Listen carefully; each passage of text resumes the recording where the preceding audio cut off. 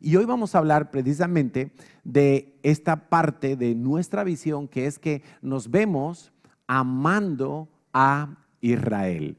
Y es un punto, es un aspecto muy interesante de nuestra visión como iglesia, porque es algo que entendemos que Dios nos dio para vivirlo y para ejercitarlo. Sabes que nuestro pastor Enrique siempre dice, y lo decía hace muy poquito cuando recibimos la visita de un judío que vive en Israel, que se convirtió al Señor Jesucristo, y él cuando nos visitó en Madrid hace un par de semanas, y Enrique decía, mira, parte del éxito, parte de la bendición que nosotros disfrutamos como iglesia es por haber amado y bendecido a Israel. Y dice en Génesis capítulo 3, versículo 14, vamos a ir al comienzo de las cosas. Yahweh Dios dijo a la serpiente: por cuanto esto hiciste, maldita serás entre todas las bestias y entre todos los animales del campo. Sobre tu pecho andarás, polvo comerás todos los días de tu vida. Y pondré, esto es muy interesante, y pondré enemistad. Dios le está hablando a la serpiente. Pondré enemistad entre ti y la mujer, entre tu simiente, la simiente de la serpiente, y la simiente suya, la de la mujer. Esta, la de la mujer, la simiente de la mujer, la descendencia de la mujer, te herirá en la cabeza y tú le herirás en el calcañar. El calcañar es como esta partecita de aquí, del talón de Aquiles, por ahí, por el tobillo, por donde muerden la serpiente normalmente, pues cuando uno va por la selva tan tranquilo, y te picó en el pie, ¿no?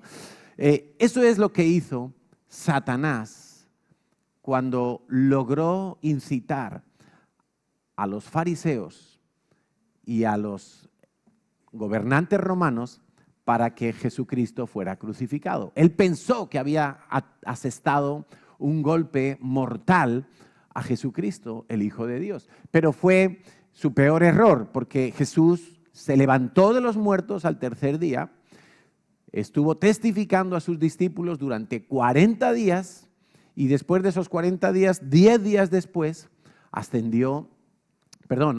los 40 días ascendió al cielo para preparar la morada para todos los creyentes hasta que Él regrese. Entonces, desde el principio en Génesis, ¿por qué me he ido al principio? Porque Dios establece un plan de salvación. Desde que Adán y Eva pecan en desobediencia a Dios, Dios sale al encuentro de la raza humana y declara, profetiza, establece que la simiente de la mujer va a tener una victoria sobre la simiente de la serpiente, que es Satanás.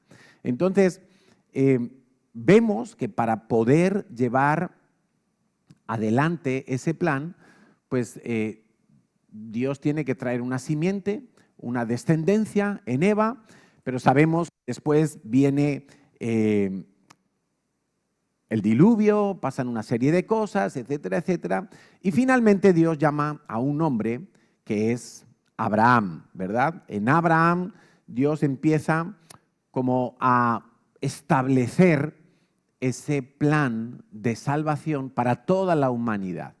Dios en ningún momento quiso desechar al hombre, al ser humano. Dios no quiso olvidarse de su creación. Dios no quiso en ninguna manera, porque Dios es amor. Y el amor de Dios tiene dos facetas.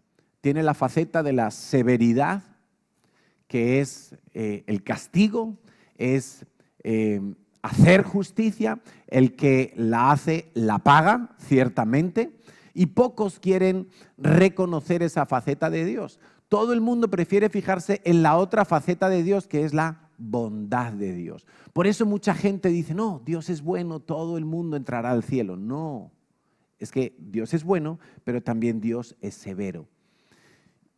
Y para poder salvar a la humanidad, Dios tuvo que hacer que alguien pagara por los errores de la humanidad. Y ese fue Jesucristo. En la cruz del Calvario vemos toda la severidad de Dios que tú y yo merecíamos. Toda la severidad de Dios, toda la brutalidad con que Jesús fue torturado, crucificado y muerto, esa es la severidad de Dios. La Biblia dice que Él recibió el castigo de nuestra paz en Isaías. Entonces, bueno, Dios ya desde el principio tenía planificado cómo iba a ser ese plan de salvación, pero para eso necesitaba que esa descendencia de Eva, esa simiente de Eva, pues fuera conformada, fuera protegida, tuviera un propósito muy especial.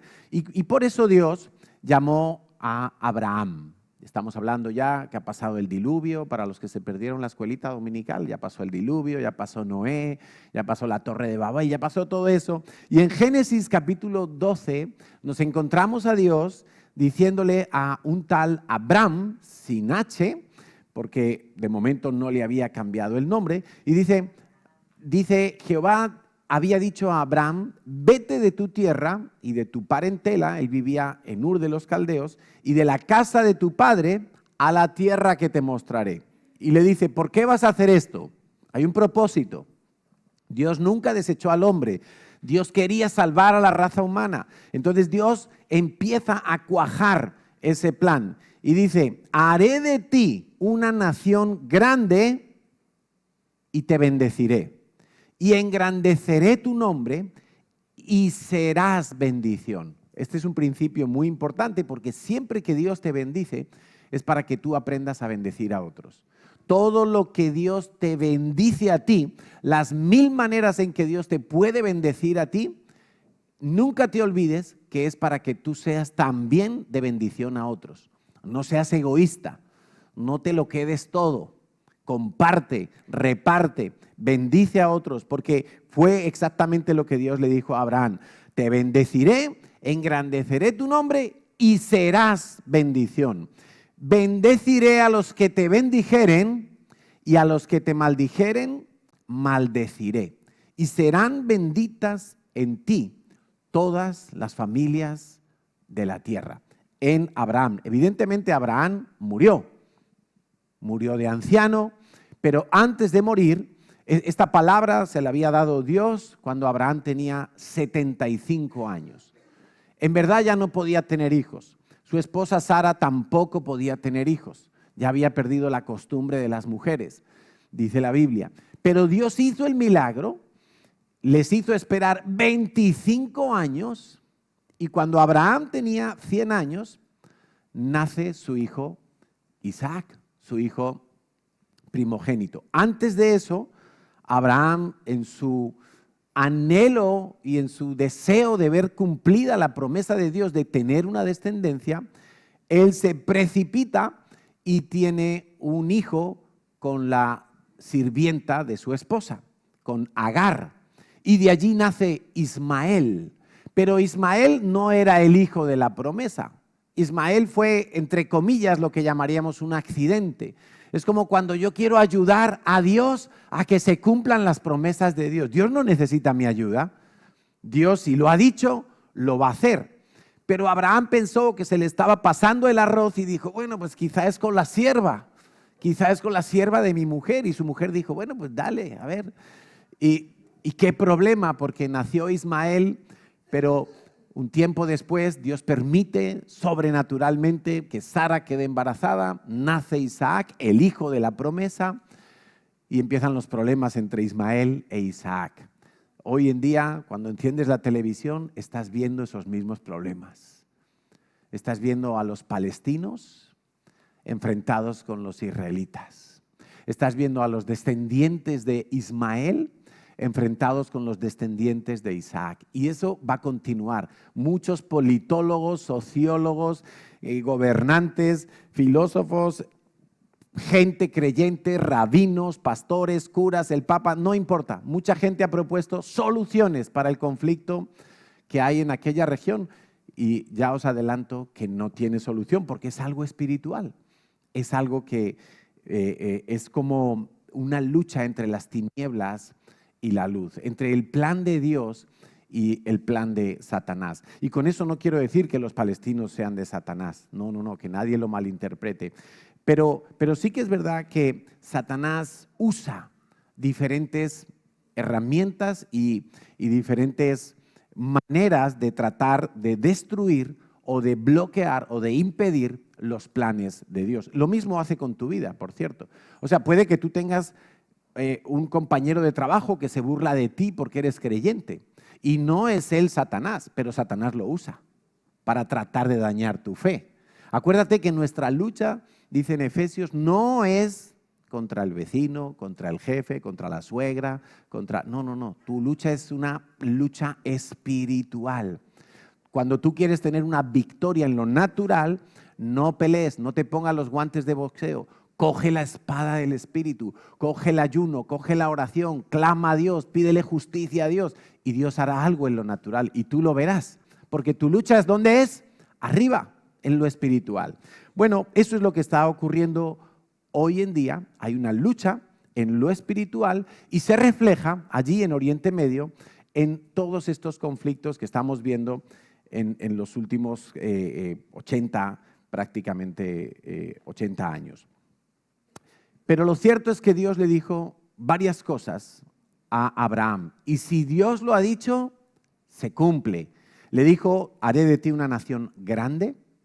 Y sabemos que Israel fue una nación grande, una nación que se estableció allí en la tierra de Canaán. Dios les dio victorias poderosas.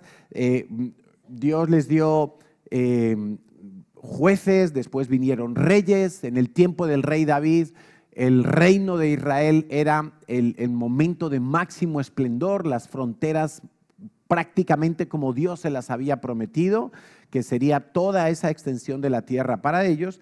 Pero también sabemos que después vino vino un desastre, vino un tiempo donde todo Israel fue disperso por toda la tierra. La nación de Israel prácticamente desapareció, no los judíos, porque los judíos se mezclaron por todo el mundo. Luego vamos a retomar eso. Dios le dijo a Abraham, haré de ti una nación grande. También le dijo, te voy a bendecir para que tú puedas bendecir. Además dijo que en él serían benditas todas las familias de la tierra, de los 5 continentes. Todas las familias de la tierra iban a tener una bendición a causa de la vida y de la descendencia y de esa nación grande que Dios iba a hacer. Evidentemente, esa bendición para todas las familias de la tierra fue Jesucristo. Jesucristo no era colombiano, ni español, ni romano, ni ruso, ni chino, ni africano. Jesucristo era judío, de la tribu de Judá.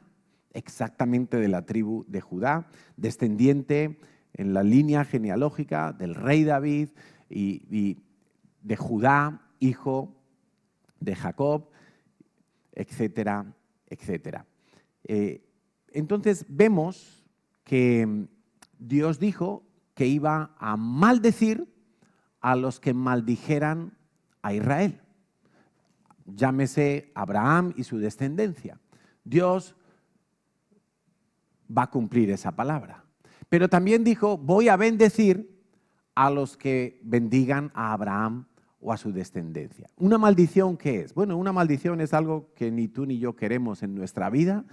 Son cielos cerrados, es Dios permitiendo que tus planes no prosperen, es Dios resistiéndote, oponiéndose, castigándote, permitiendo calamidades. Una maldición es algo feo, es algo que ninguno de nosotros deseamos y no se lo deseamos a nadie más, pero Dios lo dijo. Y mira, no te asustes de que Dios pueda establecer maldiciones. Cuando tú lees Deuteronomio capítulo 28, Dios le dijo al pueblo de Israel, mira, si tú obedeces todas estas leyes que yo le he dado a Moisés, yo te voy a bendecir de esta y de esta y de esta manera.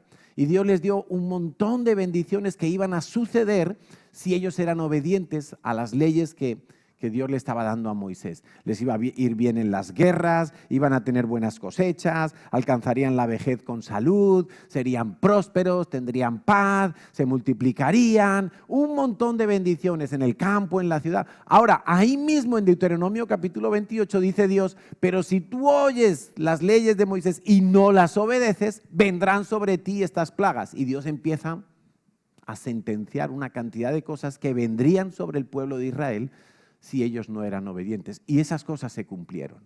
Se cumplieron las bendiciones para los que fueron obedientes, se cumplieron las maldiciones para los que fueron desobedientes. Porque lo que Dios dice lo cumple. Dios no es como algunos de nosotros que amenazamos a nuestros hijos con dejarles sin la Play un mes y no aguantamos ni un día. Dios lo que dice, lo hace. Y además Dios no cambia en el camino. No, Dios establece y va adelante con lo que ha establecido. Entonces, ¿cuáles son algunos ejemplos de gente que recibió maldición por tratar mal a Israel? Pues, por ejemplo, Egipto. La Biblia nos cuenta cómo mientras los israelitas, en un momento de la historia de Israel, ellos tienen que emigrar para Egipto porque había hambruna, y mientras trataron bien a José, hijo de Jacob, pues le fue muy bien a Faraón y a todo Egipto. Faraón se hizo el hombre más rico de la tierra en ese momento. Por causa de que estaba tratando bien a José, lo puso como ministro de todas sus finanzas, lo respetó, le dio a toda la descendencia de José, que empezó a crecer allí en Egipto, una tierra buena, fértil. Pero cuando murió ese faraón y vino otro y otro y otro, llegó uno que ya no quiso saber nada de los judíos y los empezó a esclavizar, a oprimir y a tratar mal. Y Faraón se cayó con todo el equipo. Vinieron las plagas sobre Egipto, plagas terribles donde murió mucha gente, donde murieron muchos animales, donde se perdieron muchas cosechas, la economía quedó destrozada, las familias quedaron enlutadas porque todos los hijos primogénitos murieron, incluido el príncipe de Egipto, el hijo del faraón, y fue un desastre porque empezaron a oprimir a los hijos de Israel. Nos cuenta la Biblia también de Sehón, un rey que se opuso cuando ya sale Israel de Egipto y van a conquistar la tierra prometida y van a entrar. Tenían que atravesar un pequeño territorio y ese rey, Sehón, no le permitió a Israel cruzar su territorio. O sea, como diciendo, no, por aquí no vas a pasar. Israel había pedido permiso para pasar pacíficamente y atravesar el río Jordán y llegar hasta la tierra prometida, pero este rey se opuso totalmente, no solo se opuso, sino que los atacó, y Moisés fue respaldado por Dios para contraatacar y destruir toda esa población. Dice el Salmo 135, versículo 10, destruyó a muchas naciones y mató a reyes poderosos, a Sehón, rey amorreo, a Og, rey de Basán, y a todos los reyes de Canaán, y dio la tierra de ellos en heredad a Israel, su pueblo.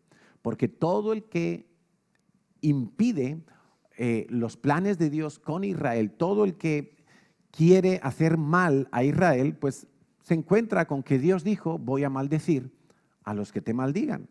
Balaam, por ejemplo, en el libro de Números, en los capítulos 22 al 25, pues recibió un encargo. Él era profeta, no era un falso profeta. Él profetizaba lo que Dios decía, pero tenía un problemita, Balaam, y es que amaba el dinero, le gustaban los euros. Y por dinero estuvo dispuesto a intentar maldecir a Israel. Y Balac, un rey de Moab, le incitó a ello. Oye, ven, que vamos a tener que luchar con este pueblo de Israel. Hemos oído que son muy poderosos, que Dios está con ellos. Maldícemelos. Y varias veces le insistió y él no quería, hasta que Dios le dijo, ve con ellos, pero vas a decir lo que yo te diga. En el camino se encuentra con el ángel que está en el camino y el burro ve al ángel y le habla, bueno, toda esa historia. Y finalmente Balaam profetiza bendición para Israel, pero Eso lo hace en 3 ocasiones porque Balac no se daba por vencido y le decía, no, maldícemelos, maldícemelos. Y cada vez que consultaba a Dios, Dios le decía, bendice a Israel, bendice a Israel. Dice por ejemplo, en Números 23:8, ¿por qué maldeciré yo al que Dios no maldijo? ¿Y por qué de execrar o maldecir al que Yahweh no ha execrado? Dice en el versículo 20, ahí mismo, he aquí he recibido orden de bendecir. Él dio bendición y no podré revocarla. No ha notado iniquidad en Jacob, ni ha visto perversidad en Israel. Jehová su Dios está con él y júbilo de rey en él. Dios los ha sacado de Egipto, tiene fuerzas como búfalo, porque contra Jacob no hay agüero ni adivinación contra Israel. Dios definitivamente tenía a Israel muy bien protegido, pero ocurrió algo. A pesar de que Balaam tuvo que profetizar bendición a favor de Israel, él sabía que no podía maldecir a Israel directamente porque se iba a ver en problemas con Dios, no quiso hacerlo, pero le dijo a Balac que ellos podían usar una estrategia para hacer pecar a Israel. Como diciendo, bueno, ya que yo no puedo maldecir a Israel, voy a hacer una artimaña para que Israel peque y entonces venga maldición sobre ellos. Entonces le dijo al rey que los incitaran a los israelitas a que tuvieran relaciones con las mujeres de ese reino de Balac y que tuvieran idolatría, etcétera, y lo consiguió. Y todo por esto, por un poquito de dinero. Y qué triste, porque Balaam es nombrado en Apocalipsis como un mal ejemplo. Cuando Dios está corrigiendo a la iglesia de Pérgamo, dice en Apocalipsis 2:14, tengo unas pocas cosas contra ti, que tienes ahí a los que retienen la doctrina de Balaam, que enseñaba a Balac a poner tropiezo a los hijos de Israel, a comer cosas sacrificadas a los ídolos y a cometer fornicación. Dice el 16, por tanto, arrepiéntete, pues si no, vendré pronto a ti y pelearé contra ellos con la espada de mi boca. No es bueno hacer tropezar a Israel, no es bueno ir en contra de Israel. Ir en contra de Israel provoca que las maldiciones lleguen a tu vida. Y quizá por ignorancia, algunos podemos estar con un ojo raro mirando a Israel porque se oyen noticias, porque se dicen cosas, porque hay guerra, porque se nos dice que es un genocidio, que no sé qué y que no sé cuántos, pero yo te quiero recordar el punto de vista bíblico, sin llegar a meternos estrictamente en temas políticos, pero el que maldice a Israel se va a encontrar con la maldición de Dios en su vida. No nos olvidemos de esto. En España, yo soy español, y los reyes católicos en el año 1492, el mismo año en que Cristóbal Colón descubrió América, pues en ese mismo año los reyes católicos firmaron el Edicto de Granada. En ese edicto, por orden imperativa de los reyes, tanto en la corona de Castilla como en la corona de Aragón y Cataluña, pues se les impuso a los judíos que tenían 4 meses para salir de España, de lo que en ese momento era España. Tenían que salir, no podían llevarse ni oro, ni plata, ni dinero. No podían llevar monedas de cambio, entonces tuvieron que malvender todas sus propiedades. Dicen los historiadores que algunos llegaron a vender un burro por un pañuelo, o sea, un chollo para el que lo compró, claro. Porque la gente, ya sabes que somos crueles, ¿no? Y cuando podemos abusar de alguien, parece que en vez de despertarse la misericordia, pues entramos en el abuso. Si no se iban en 4 meses, serían muertos. Y se les acusaba de que ellos estaban judaizando a los cristianos que había en España, pero es mentira, porque el judío, en ninguna parte los judíos hacen proselitismo. Los judíos no predican para que la gente venga y se haga judía. No, eso no existe. Nosotros los cristianos sí lo hacemos, pero los judíos no. Los judíos entendían que ellos eran el pueblo de Dios y punto. Si en algún momento de la historia, como Ruth, la moabita, ella dice, tu Dios será mi Dios y tu pueblo será mi pueblo, ellos les decían bienvenida. Pero ellos no salen a la calle a convertir gente. Eso es mentira. Pero bueno, así fue, la Inquisición tuvo un papel muy fuerte y fíjate algo curioso. Ese mismo año decimos que España había llegado a América, los portugueses un poquito después, y España llegó a tener un imperio, los reyes católicos y los siguientes reyes llegaron a tener un imperio tan grande que se estima que 1/7 de toda la tierra seca del planeta era propiedad de España. 1/7. O sea, un imperio gigantesco, gigantesco. ¿Sabes cuánto le duró a España ese imperio? Aproximadamente 150 años.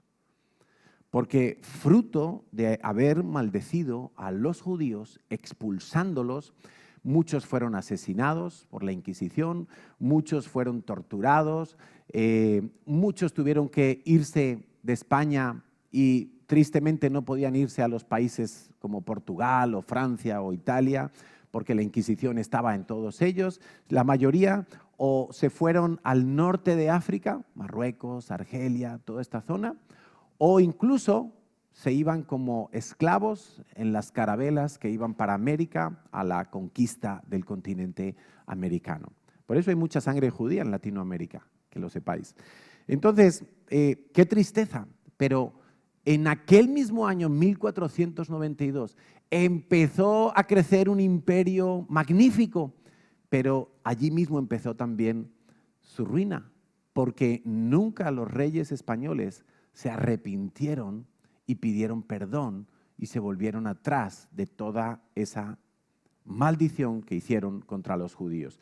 En 1992, en el 500 aniversario del descubrimiento de América y también de la expulsión de los judíos, pues se le hizo una petición por parte de algunos creyentes aquí en España al rey de España, Juan Carlos, para que pidiera perdón en nombre de España y él como máxima autoridad de la nación pidiera perdón a los representantes de Israel de ese momento. No quiso. Perdimos una oportunidad de oro para poder revertir una maldición. Y hombre, en España no vivimos mal, pero la realidad es que somos la cola de Europa. ¿Sí? Junto con Grecia, Portugal, ¿sí? Somos de los últimos o penúltimos en casi todo, a pesar de estar supuestamente en el primer mundo. No nos ha ido bien por haber maldecido a Israel. Mira, no nos ha ido bien ni siquiera a la iglesia cristiana, porque dentro de la iglesia cristiana todavía hay como un germen de antisemitismo. Hay como un germen de antisemitismo. Bueno, ni que decir del gobierno actual, que ahora que se están liberando los rehenes que tenían Hamás, pero cuando estalló este conflicto el 7 de octubre del 2023, hace 1 año y medio, a los 5 meses el presidente de España, Pedro Sánchez, estaba pidiendo y haciendo lobby internacional para que se reconociera el Estado palestino. O sea, esa gente de Hamás había matado atrozmente a 1000 y pico personas, bebés incluidos, bebés. ¿Sabes que los metían en un microondas y delante de los padres los asaban en el microondas a los bebés antes de pegarle un tiro a los padres? Eso es real, ¿eh? Eso no sale en las noticias, ni te lo dirán, pero fue algo diabólico totalmente. De hecho, algunas personas que conocemos en Israel nos han dicho que cuando volvamos a viajar a Israel, y Dios quiera que este año podamos ir, nos quieren llevar a esos kibbutz que fueron atacados. Y yo le decía, mira, yo no necesito que me lleves allí. O sea, por una parte me gustaría visitar todo ese escenario, pero yo creo todo lo que han contado los testigos y lo que encontraron allí, el primer personal que llegó cuando ya Israel pudo revertir toda esa situación. Y contaban eso. Había bebés en los microondas, mujeres violadas, asesinadas, se han llevado ancianos, una cosa terrible. Bueno, nuestro presidente, pues yo creo que no acertadamente se dedicó a promover el reconocimiento del Estado palestino cuando acababan de hacer una matanza, habían secuestrado más de 250 personas, todo eso estaba ahí en ebullición. Pues, bueno, tristemente no nos va bien. Y España es un país dividido. España es un país sobre el que pesa una maldición. Nos pasó una estadística el otro día, Quique Junior, y no llegamos al 1% de cristianos evangélicos en España. 1%. Y de ese 1%, tú lo sabes, el 90% son latinos. Qué tristeza que el evangelio no pueda penetrar en esta nación, porque hay una maldición pesando sobre la nación. Y cómo quisiéramos que el rey de España, el presidente de España, a una sola voz dijeran al Estado de Israel: ¿sabes qué? Perdónanos por lo que hicimos hace 500 años. Eso cambiaría los cielos de España, totalmente, totalmente. Pero tenemos una maldición pesada. ¿Os acordáis de Hugo Chávez? Venezolanos que estáis aquí, Hugo Chávez odiaba a Israel, maldijo a Israel desde sus entrañas en la televisión pública de Venezuela. Al poco tiempo desarrolló un cáncer que lo consumió en sus entrañas y murió pues totalmente consumido. Bueno, todas las naciones que se han opuesto a Israel, todas las naciones, pero estamos hablando también de familias, de personas, van a recibir un castigo, simplemente porque Dios lo dijo. Dios dijo a Abraham: maldeciré al que te maldijere. Maldeciré al que te maldijere. Dice en Zacarías 14:12, y esta será la plaga con que herirá Yahweh a todos los pueblos que pelearon contra Jerusalén. La carne de ellos se corromperá estando ellos sobre sus pies, se consumirán en las cuencas sus ojos y la lengua se les deshará en su boca. Sí va a haber un castigo contra todas las naciones que se opongan a Israel. Está establecido por Dios y yo personalmente no me considero muy listo, pero lo suficientemente listo para no querer estar en ese lado. Yo no quiero una maldición que venga de parte de Dios, porque si viene de parte de Dios no la podré resistir.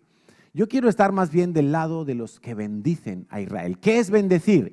Bueno, bendecir es algo favorable. Cuando Dios bendice es algo favorable para tu vida, es la mano de Dios contigo, es prosperidad para ti y para los tuyos, es paz, es abundancia, es multiplicación, es honra, es gozo. Bueno, todo eso forma parte de bendición, ¿sí? Cuando una persona, una familia, una iglesia o una nación está bendecida, todo el mundo lo ve porque le va bien, porque prospera, porque surge el crecimiento, ¿verdad? Y encontramos en la Biblia, igual que hemos visto varios casos de personas que maldijeron a Israel, también vamos a ver algunos casos de personas que bendijeron a algún judío o a la nación completa de Israel y les fue muy bien. Y yo quiero que tú y yo tomemos ejemplo y nos volvamos en este día de corazón de los que bendicen a Israel. Por ejemplo, Rahab. Rahab era una mujer que vivía en Jericó, lo encontramos, no lo vamos a leer todo, pero en los capítulos 2 al 6 del libro de Josué. Y justamente está Josué ya empezando la conquista de la tierra prometida. Jericó era la segunda o tercera ciudad que tenían que conquistar, pero Jericó era la ciudad más protegida de toda esa zona, tenía unas murallas, Entonces Josué mandó unos espías, 2 espías, no estamos hablando de los 12 espías, eso es antes. Aquí Josué manda 2 espías y dice, bueno, entrar en la ciudad como si fuerais ahí comerciantes y echáis un ojo a ver un poco qué es lo que nos vamos a encontrar. Y bueno, resulta que las autoridades se enteran que han entrado 2 judíos, 2 israelitas. Y el rey de la ciudad dice, oye, traérmelos, vamos a ver qué pasa aquí. ¿Sabes por qué? porque ya los habitantes de Jericó habían oído todo lo que había pasado 40 años antes en Egipto, cómo Dios los sacó con plagas y con fuerza, cómo Dios abrió el mar para que pasaran, cómo Dios abrió el Jordán para que cruzaran, cómo Dios había destruido las ciudades antes de Jericó, Jai y varias. Y entonces ahora venían hacia Jericó y dicen, no, pues no tenemos nada que hacer, pero si hay 2 espías, por lo menos vamos a evitar que pasen información. Y piden que los capturen, pero ellos se meten en casa de una mujer que se llama Rahab. Y Rahab, nos cuenta la Biblia, que era prostituta. Y Rahab decide esconder a estos 2 espías para que las autoridades no lo apresen. Y cuando llegan allí los guardias y le dicen, oye, hemos visto que han entrado aquí 2 espías de los israelitas, dinos dónde están. Ella los había escondido en el tejado de su casa, en medio de unas bolas gigantescas de tela y de lino que ella tenía. Y les dijo a los guardias, no, ellos vinieron a mí, pero antes que yo pudiera retenerlos, se han escapado y se han ido hacia tal lugar. Y perseguirlos y los vais a encontrar. Bueno, y entonces ella escondió a los espías. Y nos cuenta en Josué 2:18 que hicieron un trato. Ella hizo un trato con los 2 espías, porque era seguro que los israelitas iban a atacar la ciudad, que Dios iba a estar con Israel y que los iban a destruir totalmente. Entonces ella dijo, oye, por favor, salvarme a mí, que os he hecho este gran favor, y salvar a mi familia. Y los 2 espías le dijeron, está bien, no te va a pasar nada. Dice en Josué 2:18, he aquí, cuando nosotros entremos en la tierra, tú atarás este cordón de grana de color rojo a la ventana por la cual nos descolgaste. Y reunirás en tu casa a tu padre y a tu madre y a tus hermanos y a toda la familia de tu padre. Cualquiera que saliere de las puertas de tu casa, su sangre será sobre su cabeza y nosotros sin culpa. Mas cualquiera que estuviere en casa contigo, su sangre será sobre nuestra cabeza si alguna mano le tocare. Y si tú denunciares este asunto, nosotros quedaremos libres de este juramento. Ella respondió, sea así, amén, sea así, como habéis dicho. Luego los despidió y se fueron y ella ató el cordón grana, el cordón rojo, en la ventana. Ella hizo un trato con estos espías israelitas y ella salvó la vida. Y su familia también. De hecho, la Biblia nos cuenta cuando Josué ordena el ataque después de que dan 7 vueltas a la ciudad y todo, y dijo, matad todo ser viviente, excepto esa casa donde hay un cordón rojo, porque con esa casa hemos hecho un juramento delante de Dios, no la podemos tocar. Y qué curioso, porque Rahab no solo salvó la vida, Rahab se hizo parte del pueblo de Israel. Y vemos que Rahab luego se casó con un israelita y de la línea descendiente nace el rey David. Qué tremendo, ¿verdad? De hecho, ella terminó siendo la tatarabuela del rey David en esa genealogía, y el rey David está en la genealogía del Señor Jesucristo. Qué cosa tan asombrosa. Y solo por ayudar a 2 israelitas en un momento.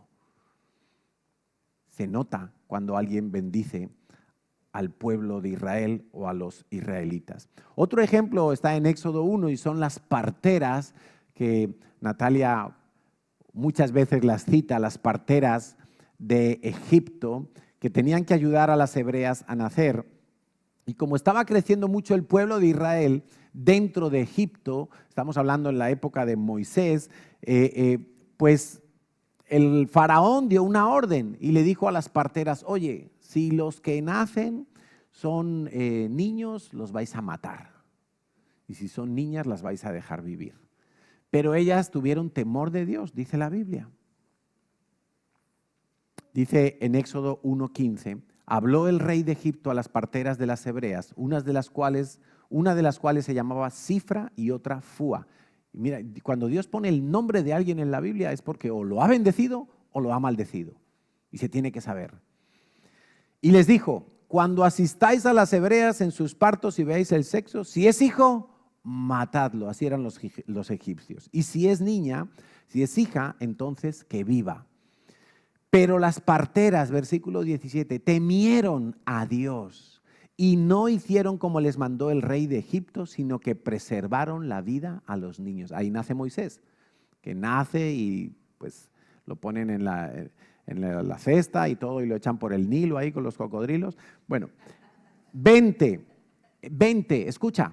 Y Dios, ¿quién hizo el bien? ¿Quién fue? No fueron las propias hebreas las que ayudaron a estas parteras o las trataron bien. Dios hizo bien a las parteras, el pueblo se multiplicó, el pueblo de Israel, y se fortaleció en gran manera. 21, y por haber las parteras temido a Dios, Él prosperó a sus familias. ¿Qué te parece? O sea, años más tarde, porque ahí es cuando empieza el nacimiento de Moisés, pero años más tarde, yo me imagino esas plagas en Egipto y yo creo que Dios guardó a estas mujeres, Cifra y Fua, porque ellas habían bendecido a las mujeres israelitas que estaban dando a luz. Otro ejemplo está en Hechos capítulo 10 y es Cornelio, un centurión que vivía en Cesarea Marítima, y nos cuenta la Biblia, había en Cesarea un hombre llamado Cornelio, centurión de la compañía la italiana, piadoso y temeroso de Dios con toda su casa, y que hacía limosnas es hacer justicia al pueblo, y oraba a Dios siempre. ¿Qué pasó con Cornelio? Bueno, Dios lo visitó con una salvación impresionante. Vino Pedro a predicar a su casa. Cuando Pedro estaba predicando, Cornelio había reunido a su familia y amigos más cercanos y dice que vino el Espíritu Santo y hablaban en lenguas cantando las maravillas de Dios, igual que en Hechos capítulo 2, cuando llegó el bautismo en el día de Pentecostés. Lo mismo. O sea, qué bendición tan grande para un centurión romano. Acuérdate que un centurión romano tenía órdenes, si era necesario, de matar a cualquier ciudadano de Israel que rechistara esto poquito. Tenía toda la autoridad para matarlo, ahí mismo. O sea, pero sin embargo dice que él oraba a Dios siempre, hacía limosnas con el pueblo de Israel, hacía justicia. Otro ejemplo está en Lucas capítulo 7 y este me encanta porque es el centurión en Cafarnaúm, otro centurión romano. Cuando hablamos de un centurión es alguien que ya tiene cierta autoridad en el ejército romano. Cuando el centurión, versículo 3, Lucas 7, 3, cuando el centurión oyó hablar de Jesús, envió unos ancianos de los judíos rogándole que viniese y sanase a su siervo. Este centurión tenía un siervo al cual amaba y este siervo estaba a punto de morir. Oye que Jesús está por Cafarnaúm y entonces habla con los ancianos judíos que están allí y él tenía muy buena relación con ellos y les dice, oye, hablar con Jesús de Nazaret, que venga y sane a mi siervo, por favor. Y entonces ellos vinieron a Jesús, versículo 4, y le rogaron con solicitud diciéndole, es digno que le concedas esto porque ama a nuestra nación y nos edificó una sinagoga. ¿Tú te imaginas eso? Un centurión romano que en Roma en ese tiempo se adoraban 1000 dioses diferentes. Un centurión romano que amaba a Israel y había pagado una sinagoga de su bolsillo. Eso es bendecir, ¿te estás dando cuenta? Bueno, la historia nos cuenta, en el relato del Evangelio nos cuenta que efectivamente se sanó el siervo, ni siquiera Jesús tuvo que llegar hasta la casa del centurión, porque cuando ya estaba cerca el centurión mandó a otros criados y dijo, oye, decirle a Jesús que no hace falta que venga porque yo también soy hombre con autoridad y digo a uno ven y va y al otro ve y viene, y entonces que aunque él diga la palabra, el siervo sanará. Y dijo Jesús, no he hallado tanta fe en todo Israel como la de este hombre.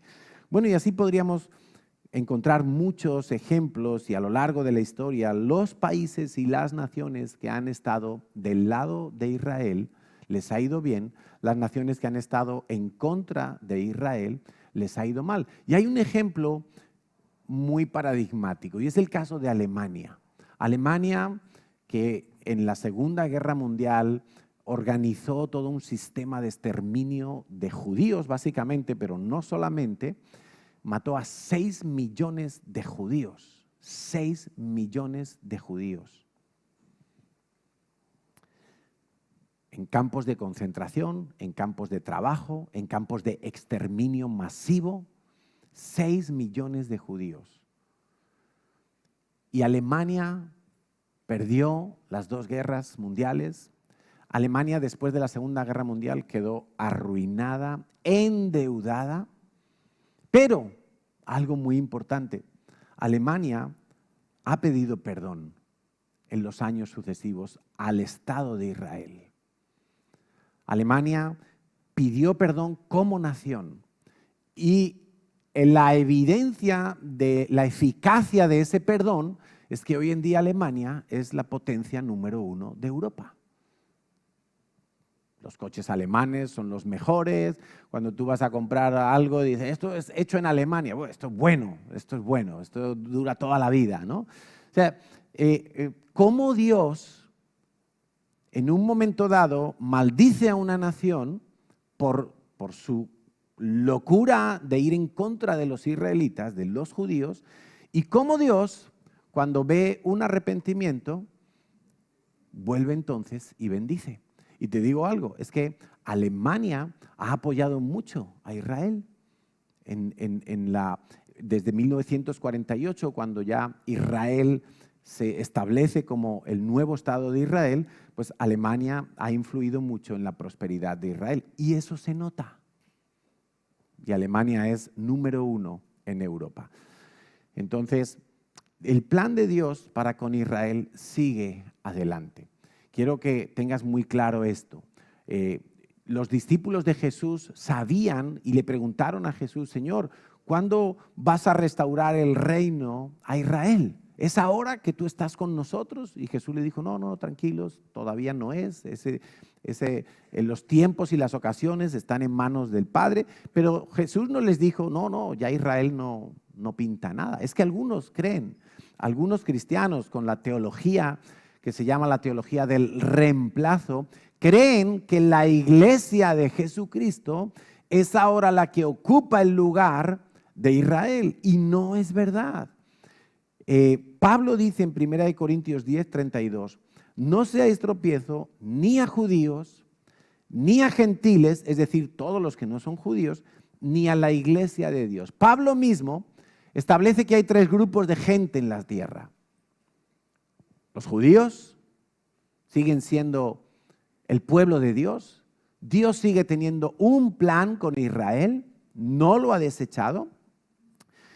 Están los gentiles, que podríamos decir que somos tú y yo también, hasta el momento en que en Cristo Jesús hemos nacido de nuevo y pasamos a ser parte de la iglesia, el tercer grupo. Pero hay 3 grupos en la tierra y con cada grupo Dios tiene un plan. En el libro de Zacarías, en el capítulo 14, se nos cuenta cuando Jesús va a regresar por segunda vez y Él va a poner su pie en el monte de los olivos y Él va a entrar en el templo que estará construido y va a reinar sobre toda la tierra con Jerusalén como capital. O sea, los planes de Dios con Israel no han cambiado. Podríamos decir, de alguna manera, así nos lo explicaba este hombre judío que vino hace un par de semanas a visitarnos, que ahora es el tiempo en el que Israel está sentado en el banquillo, está como de suplente. Pero Dios le está diciendo, oye, calienta que dentro de poco sales a jugar, ¿sí? Es la iglesia la que está ahora en el terreno de juego. Es la iglesia la que ahora tiene que meter los goles. Es la iglesia la que ahora está haciendo la voluntad de Dios. Pero Israel va a salir del banquillo. Está establecido por Dios. Dice en la carta a los romanos, y quiero que tomes mucha atención porque aquí Pablo lo explica magistralmente. Romanos capítulo 11. No lo vamos a leer todo, pero es digno de que lo leáis todo, completo. Romanos capítulo 10, 11, 12, son de una riqueza para entender que Dios sigue amando a Israel como la niña de sus ojos. Muchos cristianos dicen, nosotros somos la niña. No, no, no. Dios dijo de Israel que era la niña de sus ojos y que el que toca a Israel le toca a él. Y nosotros muchas veces nos atribuimos eso, pero en verdad Dios lo dijo de Israel. Romanos 11:1. Digo pues, ¿ha desechado Dios a su pueblo? Está preguntando Pablo para enseñar a la iglesia. Y dice, en ninguna manera. O sea, cualquier persona que diga que Dios ha desechado a Israel, está diciendo una herejía.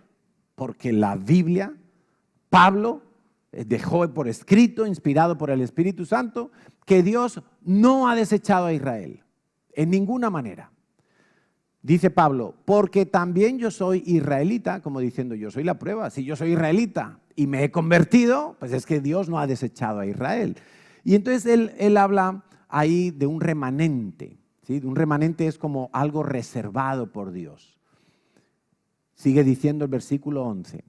Digo pues, ¿han tropezado los de Israel para que cayesen, para que fueran desechados? Dice otra vez, en ninguna manera. Eso no es así. Pero, dice, por su transgresión, por su pecado, vino la salvación a los gentiles, es decir, a ti y a mí. Cuando ellos pecaron, se abrió la oportunidad, o sea, cuando ellos rechazan a Jesús, que ese es el pecado, se abre la oportunidad, la ventana de oportunidad para que los que no éramos israelitas tengamos salvación. Porque Jesús dijo que vino primero a lo suyo. Lo suyo era su pueblo, el pueblo de Israel, porque Jesús era judío de Israel. Y vino primero a manifestarse a ellos. Como ellos le rechazaron, Dios dice, un pueblo que no me buscaba, me va a hallar. Un pueblo que no me sabía alabar, me va a alabar. Entonces dice, para provocarles a celos. Quiere decir que cuando un judío vea que tú y yo alabamos al Dios de Israel, al Dios de Abraham, de Isaac y de Jacob, cuando un judío vea que tú y yo confiamos en el Mesías Jesucristo, que es judío, que vino de la descendencia de David, un judío debería de pensar, ¿qué pasa aquí? Si ese es mi Dios, ¿por qué estos le adoran? Y lo hemos comprobado muchas veces cuando hemos ido a Israel. Nos han dicho, bueno, pero ¿qué hacéis aquí? No, queremos bendecir a Israel. Cuando hemos organizado los viajes a Israel y nos preguntan, ¿pero qué queréis hacer aquí? ¿Conocer la historia de la Biblia? No, la historia de la Biblia ya la conocemos. Queremos bendecir a Israel. No venimos de turismo, no venimos simplemente a bañarnos en el Mar Muerto, no venimos solamente a subir al Monte Hermón y ver unas vistas muy bonitas. Lo disfrutamos, pero venimos a bendecir a Israel. Venimos a daros nuestro dinero en vuestros hoteles. Venimos a daros nuestro apoyo. Que sepáis que estamos orando por vosotros. Que sepáis que tenéis amigos que quieren que os vaya bien en todos los conflictos que tenéis como nación.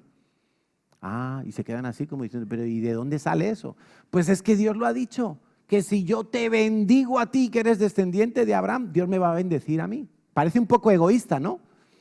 Pero en verdad es meterse en lo que Dios ama, participar de lo que Dios ha establecido. Dice, si su transgresión, versículo 12, si su transgresión resultó en la riqueza del mundo. Acuérdate que Dios le dijo a Abraham, en ti serán benditas todas las familias de la tierra. Así fue. Cuando ellos rechazan al Mesías, Dios dice, muy bien, apóstoles de Jesucristo, los 11 que quedaron, id por todo el mundo y haced discípulos en el nombre de Jesús. Esa es la riqueza del mundo. Cuando tú lees ahí riqueza del mundo, no es el petróleo, no son las minas de oro. La riqueza del mundo es Jesucristo siendo predicado para salvar a cuantas más personas mejor en los 5 continentes de la tierra. Y todo eso es posible porque ellos rechazaron a Jesús.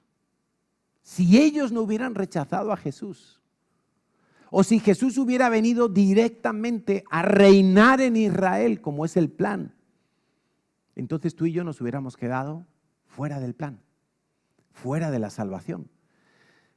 Dice Pablo, vuelvo a leerlo, Si la transgresión de los judíos es la riqueza del mundo, si su defección es la riqueza de los gentiles, ¿cuánto más su plena restauración? ¿Qué va a ocurrir con Israel?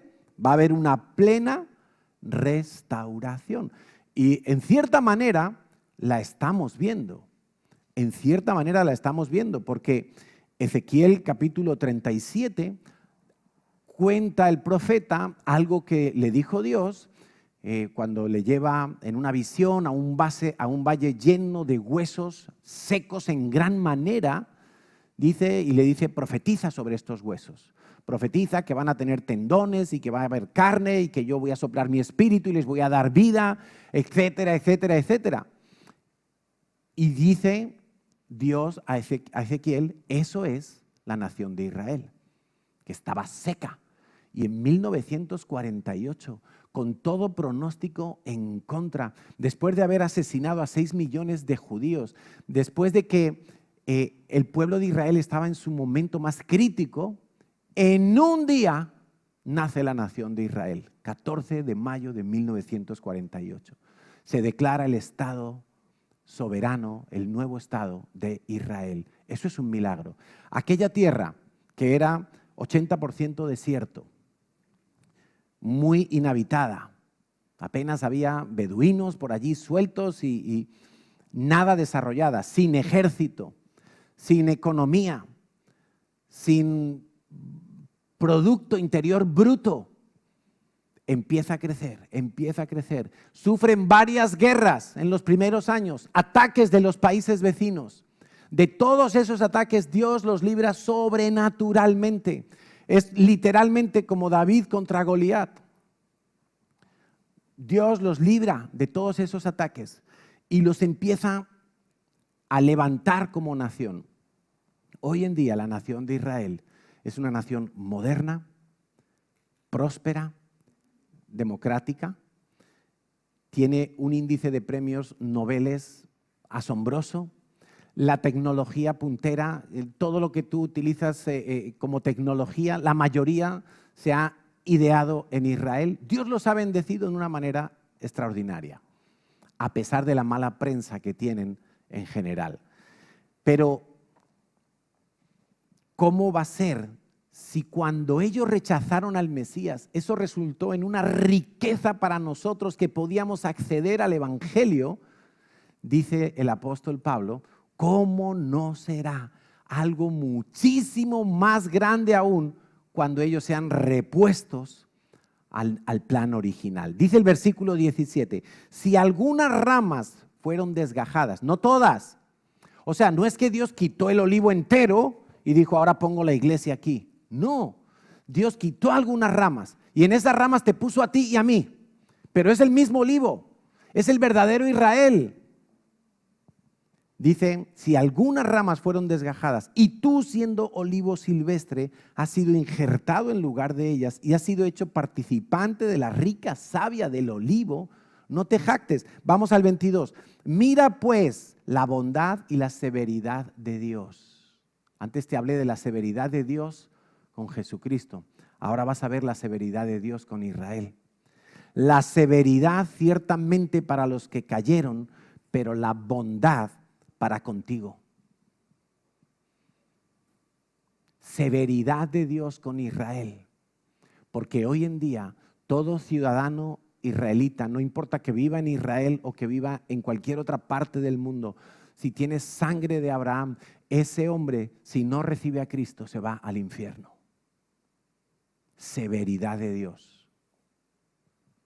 Pero la bondad de Dios para contigo, si permaneces en esa bondad, pues de otra manera tú también serás cortado. Y aún ellos, si no permanecieren en incredulidad, serán injertados, porque Dios es poderoso para volverlos a injertar. Solo Dios lo puede hacer.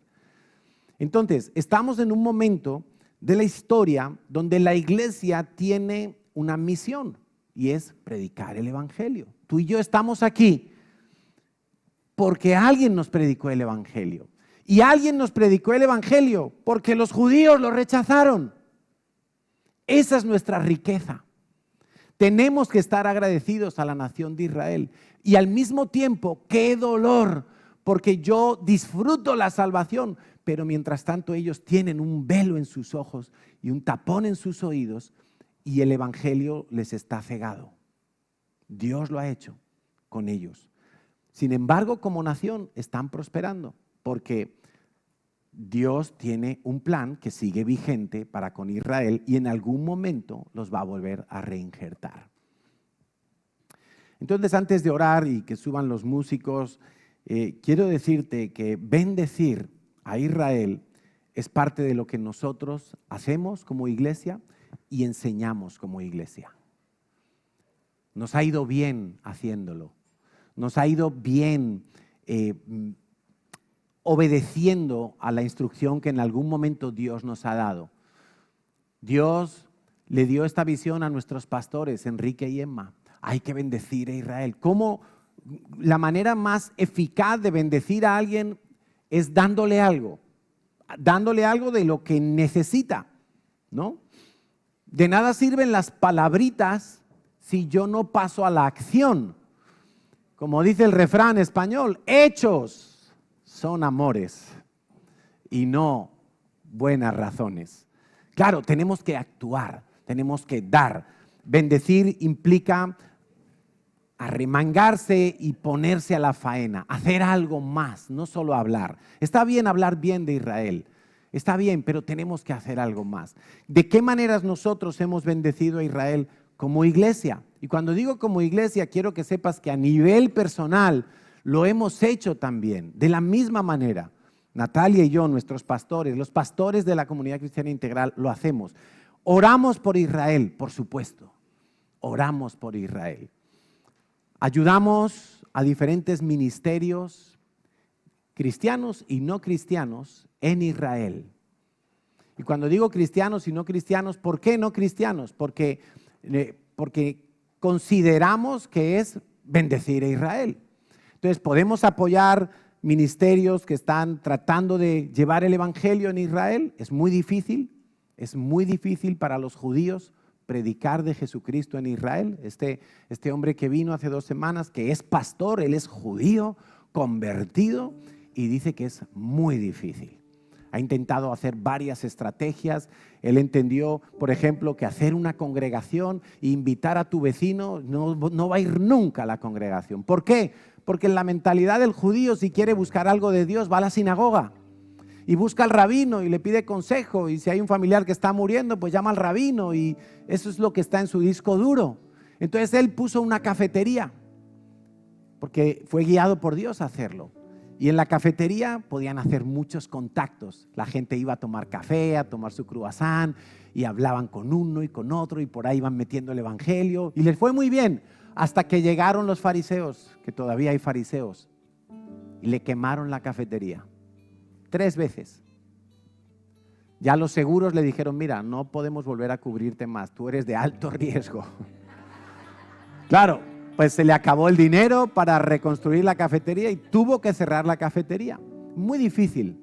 Una cosa es ir, como hemos ido nosotros, 7 días, 8 días, recorrer todo Israel y empaparnos de muchas cosas y bendecir a Israel. Y otra cosa es vivir allí siendo cristiano. Es muy difícil. Apoyamos entonces ministerios que son de creyentes, pero también ministerios de, por ejemplo, el Keren Hayesod. Keren Hayesod es un ministerio, es una ONG que se dedica a ayudar a los judíos que viven dispersos por el mundo y que quieren ser parte de Ezequiel 37 y regresar en las alas de Dios a Israel y vivir en Israel. Entonces ellos traen judíos de Etiopía, de Rusia, de Polonia, de Estados Unidos, de cualquier parte del mundo donde hay una familia que pueda demostrar que es judía. Ellos les ayudan, a veces incluso les pagan los billetes de avión, los llevan a Israel, les enseñan el hebreo, les enseñan las leyes de Israel, les enseñan a integrarse en la sociedad y ser parte de todo lo que estaba profetizado, que de todos los 4 polos de la tierra Dios traería a la nación de Israel dispersa por la tierra. Les apoyamos en todo, les apoyamos Nunca me verás a mí con un pañuelo de esos de Yasser Arafat, porque me parece vergonzoso. Me parece vergonzoso que haya gente que se pone un pañuelo de esos pensando que son modernos y que apoyan una causa justa. Y Yasser Arafat era terrorista, el fundador de la OLP. No vamos en contra de Palestina, ojo. No, de ninguna manera. Vamos a favor de Israel, que es otra cosa.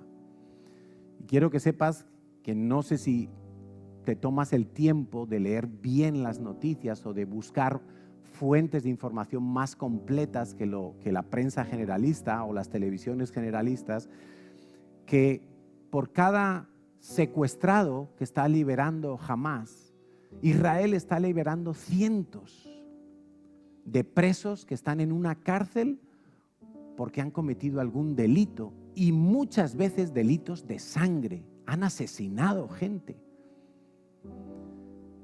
O sea, por un secuestrado que sueltan, a lo mejor Israel suelta 100 presos. Y de esos 100 presos, unos cuantos son asesinos de sangre, que han puesto bombas, que han acuchillado, que han disparado, que han atropellado con un coche a no sé cuánta gente. O sea, para que entendamos el balance. No vamos en contra de Palestina, pero a Palestina le iría muy bien si dejara de odiar a Israel. Palestina, tristemente, es un pueblo pobre, es un pueblo en una necesidad, es un pueblo oprimido por dictadores terroristas. Y por eso les va mal, no porque Israel tenga ningún bloqueo de nada. Mira, esos mismos que están en la cárcel y que ahora Israel está soltando, han sido tratados en hospitales de Israel, de cánceres, de tumores, de todo tipo de enfermedades. O sea, nos cuentan una versión las noticias que nos hace mucho daño porque genera una mala prensa a Israel. ¿Cómo apoyamos nosotros a Israel? También viajamos. Ahora llevamos, la última vez que fuimos a Israel fue un mes antes de los ataques del 7 de octubre en 2023. Aquel septiembre fue nuestro último viaje. Evidentemente durante la guerra no hemos ido porque era muy inestable todo. Dios permita que podamos ir este año. ¿Y qué hacemos cuando viajamos a Israel? Bueno, evidentemente sí es turismo porque pues vamos a conocer lugares que no conocíamos o que sí conocíamos pero que los queremos disfrutar otra vez. Y el solo hecho de entrar a sus museos, hospedarte en sus hoteles, comer en sus restaurantes, contratar sus guías turísticos, estás dejando dinero allí, es una bendición para Israel. Claro, Israel es un país que parte de su Producto Interior Bruto es el turismo. Depende bastante del turismo. Y entre la pandemia y la guerra, pues te puedes imaginar, ha sido un golpe económico durísimo. Pero Dios está con Israel. Entonces nosotros, cuando viajamos a Israel, una de las cosas que hacemos es orar y bendecir y testificar que nosotros les apoyamos, les amamos, que no queremos tomar nada de ellos, en el sentido de no queremos que estas tierras son para la iglesia. No, nada de eso. Nosotros solo queremos que sepan que les amamos, que cuentan con nosotros, que les apoyamos, que oramos por ellos. Y lo hacemos porque Dios dijo: el que te bendijere, yo le voy a bendecir. Enseñamos a nuestros hijos a amar a Israel y extendemos la visión del amor a Israel entre la iglesia del Señor con otros pastores. Hemos tenido la oportunidad de enseñar la visión de Israel a diferentes ministerios y pastores de otras iglesias. Y estamos contentos por ello, porque eso fue como una semillita sembrada por allí. Y ellos mismos empezaron a organizar viajes con su gente y a bendecir a Israel y a ser parte de lo que Dios dijo con Abraham. ¡Qué bendición! Vamos a orar entonces y vamos a ponernos de acuerdo con Dios en esta mañana.